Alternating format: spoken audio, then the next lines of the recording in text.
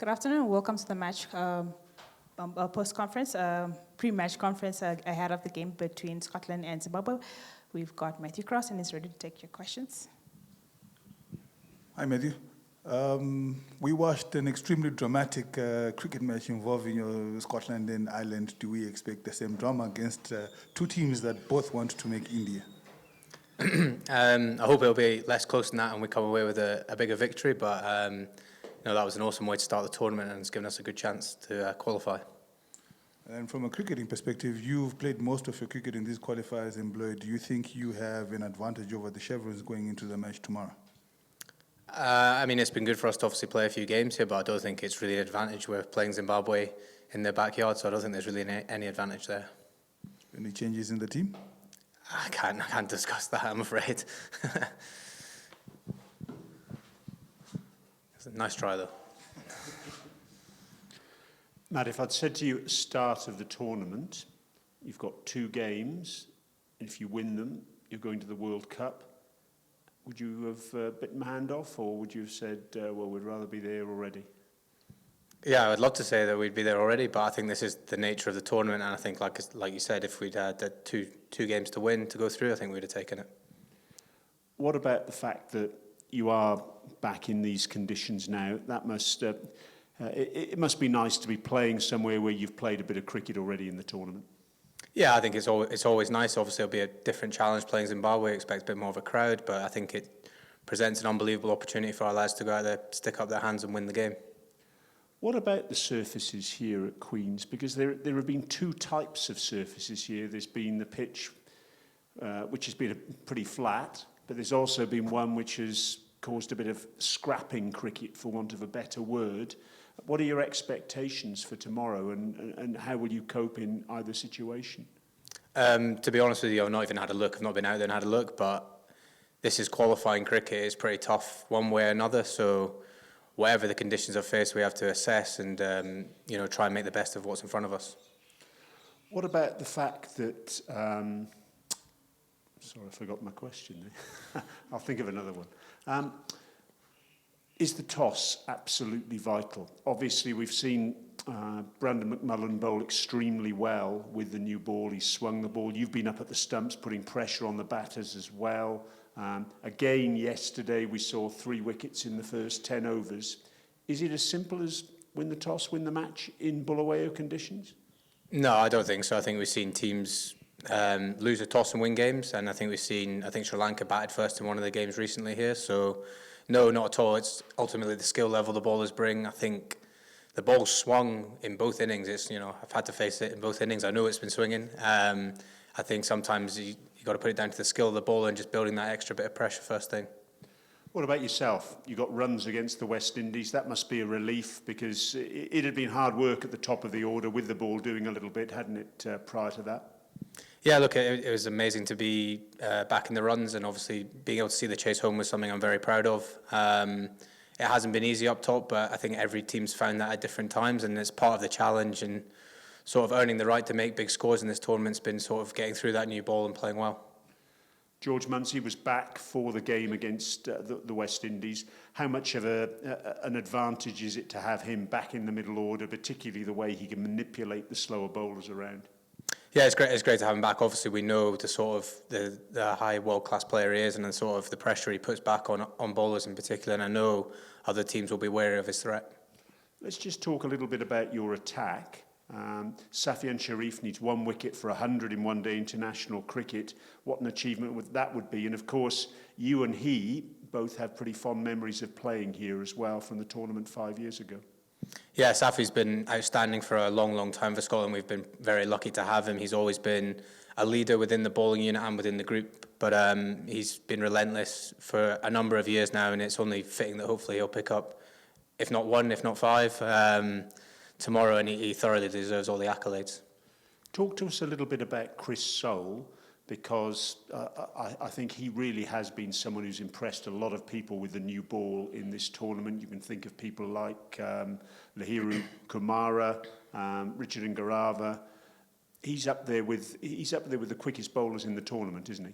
Yeah, it's pretty exciting, isn't it? And I get a front row seat to sort of seeing how difficult he makes people's lives. Obviously, get lucky enough to face it in the nets most days and know how tough it can be at times. And he's just an incredible character, and he puts guys under so much pressure with the way he just charges in all the time.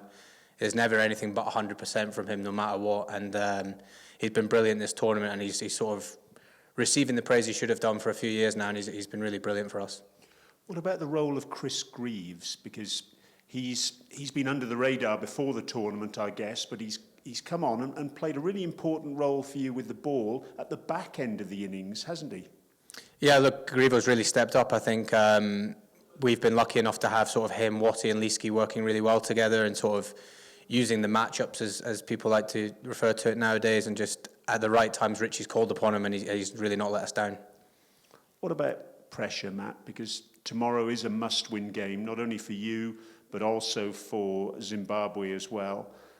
Does pressure come into it? Do you allow yourselves to think about things like that?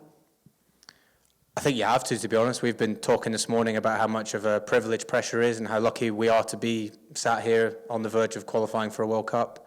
The sacrifices that not only we've made, but also our families, our friends.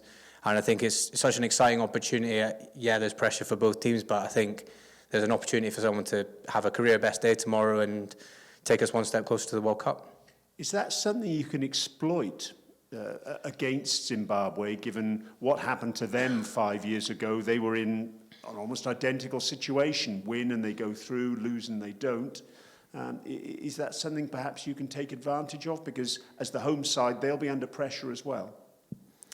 Yeah, look, I can't really speak to how they're feeling or what they're saying, but, you know, from being an associate cricketer for so long, I know this is the kind of pressure we have to deal with every time we pretty much put on a Scotland jersey. We don't get any freebie type games, and there is always something riding on the next game. So, look, we're used to the pressure. Obviously, it's going to be a pretty cool day, I think, all round, and I really hope we're coming out on top.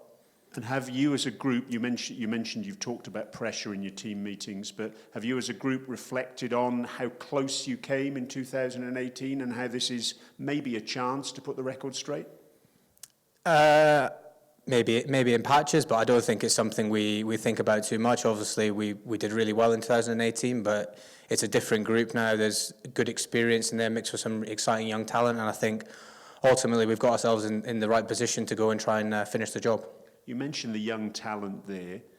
It really has been gratifying from the outside, and I'm sure it is from the inside as well, to see that you haven't really missed a beat, even though you're missing Kyle Coetzer, even though you're missing Callum McLeod. The younger players, McBride, McMullen, they've come in, and they've more than filled that breach.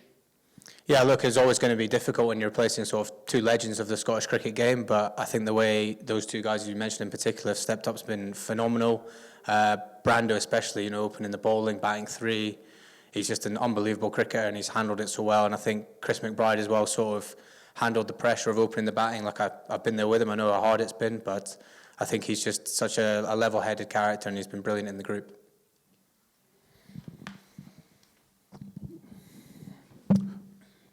Talk us through how it has been for you guys playing in the qualifiers. Each game has not been an easy one. You have to be fighting all the way throughout. Have you guys had time to reflect that you have worked so hard and you've done so well, and it's just one more game and it's all cheers and you're going to India?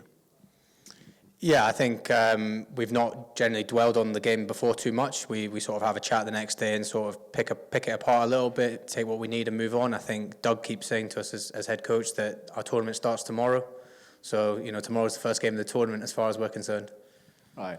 Then talking about support, Zimbabwe's had phenomenal support coming through, being the home team. Their fans have been consistent in terms of showing up in support. For you guys, what has been the message coming from home, and especially looking at a game like tomorrow, how has been the messages coming through about this big one as well, like many others that you've played? Yeah, I think it's kind of talking about the pressure and stuff. It's pretty cool for us as cricketers to get to play in front of these crowds and see, you know, we were lucky enough to play in front of the crowds in Nepal and it was exceptional, and I don't expect it to be any different here. We know we've got amazing support from back home. We've got a few people have made the trip, but we know everyone's behind us and there's no illusion that they're not expecting us to get the job done tomorrow. Just one more from me, Matt. Is everyone fit for tomorrow? Are you selecting from a full squad, do you know? Yes.